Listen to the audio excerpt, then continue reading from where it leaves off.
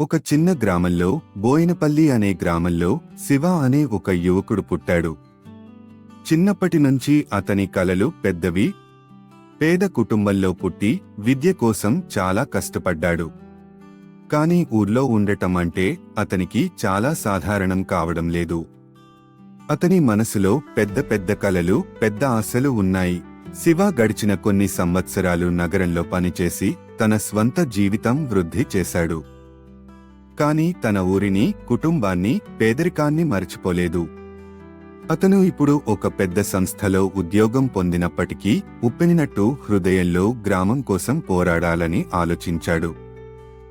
ఒకరోజు శివ తన కుటుంబాన్ని తీసుకుని స్వగ్రామానికి తిరిగి వచ్చాడు. అక్కడ అతని జీవితంలో తిరుగుబాటు ప్రారంభమైంది. గ్రామంలో గుంటల పల్లెలో వ్యవసాయ భూముల్లో పాడైన పద్ధతుల వల్ల ప్రజలు బాధపడుతున్నారు. అయినా కూడా అక్కడి ప్రజల మధ్య ఉన్న అనుసంధానాన్ని, ప్రేమను, బాధలను, నవ్వులను చూసి శివ తన మార్గం మార్చుకుంటాడు.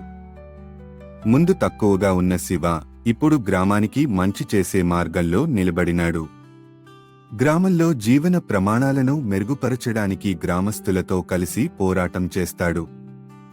కథ చివర్లో శివ ఊర్లో స్వతంత్రత సాధించి ప్రజల కోసం కష్టపడినప్పుడు అతని మనసులో అనుభూతులు ఆగిపోతాయి.